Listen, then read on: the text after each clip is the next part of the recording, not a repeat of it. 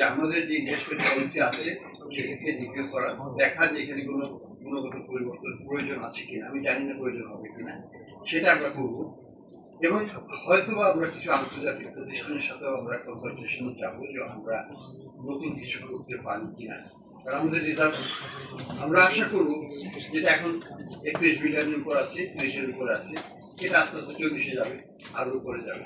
আমাদেরকেও আবার আমাদের রিজার্ভটা একটু ভালোভাবে বিনিয়োগ করতে হবে।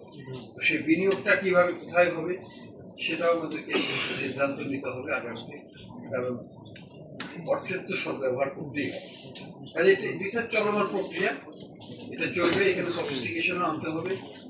পৃথিবীর অনেক দেশই তাদের রিজার্ভ ম্যানেজমেন্ট, রিজার্ভ অনেক বড় বড়, এবং তারা ম্যানেজ করে বিভিন্নভাবে to optimize return on reserve.